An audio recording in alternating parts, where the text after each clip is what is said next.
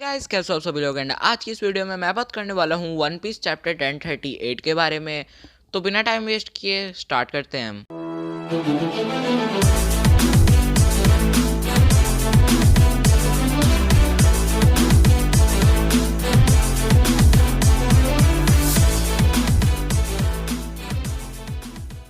Chapter का नाम है kid and law versus big mom. Chapter के स्टार्ट में हमें सबसे पहले राइज और फुकुरू को जो दिखाए जाते हैं, जिस फ्लोर में वो उनकी फाइट हो रही थी वहाँ पे आग बहुत ज़्यादा फैल रही है, लेकिन वो दोनों ही अपने जुत्सु रिलीज नहीं कर रहे और दोनों में से कोई किसी भी वक्त चल सकता है। जिसके बाद हमें जिन्बे देखने को मिलता है और उसके पहले फ्लोर में रूफ भी नीचे गिरने लग जाती है। जिसके बाद जिन्बे कहता है कि ये आग इतनी जल्दी किस तरह से फैल रही है, और फिर उसके बाद वो कहता है कि अगर किसी बैटल में हम वैसे मरेंगे तो वो इतना क्रूल नहीं होगा, बजाय कि इसके हम जल के मर जाएं वो ज़्यादा क्रूल होगा। हमें चॉपर देखने को मिलता है और चॉपर जोरो के लिए बहुत ज़्यादा परेशान होता है। वो कहता है कि जोरो ने जो दवाई कंज्यूम की थी सुपर फास्ट रिकवरी वाली, उसकी एक बहुत ज़्यादा कॉस्ट भी आती है, जिसकी वजह से अब जोरो को वो पेन जो उसने उस वक्त सही थी वो उड़ नहीं गई उस दवाई की वजह से। वो जोरो को कभी भी मिल सकती है दोबारा किसी भी वक्त। और चॉपर कहता है कि जोरो बस काश तुम्हारी फाइट ख़त्म हो गई हो, ताकि तुम्हें फाइट के बीच में अगर पेन मिलती है तो उसकी वजह से तुम्हें ज़्यादा कोई प्रॉब्लम ना हो।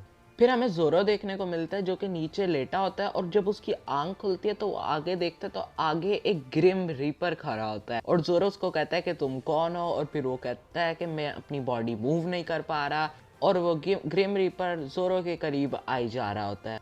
अब यहाँ पे ऐसा भी हो सकता है कि वो कोई ग्रिम रीपर ना हो, वो ब्रूक हो सकता है जिसने हाथ में अपनी स्वॉर्ड पकड़ी हो, जो जोरो को लग रहा हो कि ग्रिम रीपर की साइट है, और ब्रूक बस उस जोरो के करीब आ रहा है। और जोरो को इसलिए ऐसा लग रहा हो क्योंकि उसको बहुत ज़्यादा पेन की वजह से उसका सर में कोई दर्द हो रहा हो या कुछ तो ऐसे हो, जिस वजह से जोरो को ब्रूक में ही ऐसा लग रहा हो कि वो एक सामने ग्रिम रीपर खड़ा है। या इसका कुछ तो कनेक्शन हो सकता है जोरो की एनमा, या कुछ तो ऐसा जोरो से कनेक्शन होगा जिस वजह से जोरो के पास कुछ तो है। लेकिन हाँ, ये हो सकता है कोई ग्रिम रीपर असली ना हो, क्योंकि अगर वो आ गया फिर तो जोरो मर ही जाएगा।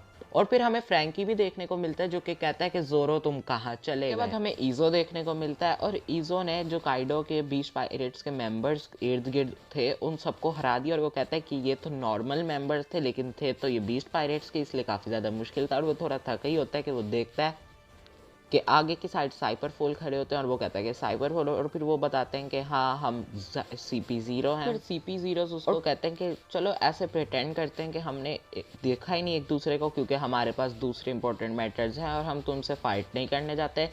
जिसके बाद ईजो कहता है कि बस अब एक कदम भी और आगे मत बढ़ा। उसके बाद हमें यामाटो देखने को मिलती है जो कि उस फ्लेम योकाई से कैचअप कर लेती है, और फिर जो एक्सप्लोजिव थे उनको आइस से कवर अप कर देते हैं, लेकिन वो फ्लेम योकाई फिर भी एक्सप्लोजिव को टच कर देता है।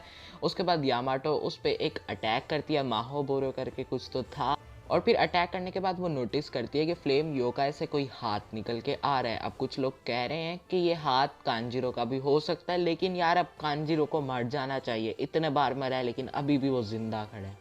इसके बाद हमें बिग मॉम वाली फाइट देखने को मिलती है, जहाँ पे हमें पता चलता है कि बिग मॉम ने लॉ और किड को डिफीट कर दिया, और वो उन दोनों को लिटा के अच्छे से पेल रही है मुक्कों से। और लॉ और किड के क्रू मेंबर्स बिग मॉम से भीख मांग रहे हैं कि हमारे कैप्टन्स को छोड़ दो, और बिग मॉम छोड़ के कहती है कि शायद काइडो ने अभी तक उस ब्रैट को हराया नहीं, तो मुझे उसकी मदद करनी होगी, क्योंकि फ़ाइट तो बहुत पहले ख़त्म हो जानी चाहिए थी। लेकिन चलो मैं जाती हूँ ऊपर और इस फाइट को थोड़ा और आसान करती हूँ काइडो के लिए। लेकिन जब बिग मॉम जा ही रही होती है कि पीछे से एक बड़ी सी स्वॉर्ड से लॉक रूम वाला अटैक कर देता है बिग मॉम पे, जिसके बाद इर्द गिर्द के लोग, जिनमें चॉपर भी देख के कहते हैं कि शायद इससे बिग मॉम को वो डैमेज हुआ है। लेकिन लॉ कहता है कि मेरे पिछले वाले अटैक की तरह इससे भी बिग मॉम को कुछ डैमेज नहीं हुआ। और बिग मॉम भी स्माइल देखती है कि उधर से एक बड़ा सा, मतलब बिग मॉम के इस मॉन्स्टर वाले साइज से भी बड़ा एक लोहे का हाथ आके बिग मॉम को लगता है। जिसके बाद लॉ और किड दोनों कहते हैं कि चाहे कुछ भी हो जाए, चाहे हम लोग मर भी जाएं, लेकिन हम तुम्हें रूफ टॉप पे नहीं जाने देंगे। और उसके बाद चैप्टर ख़त्म हो जाता है।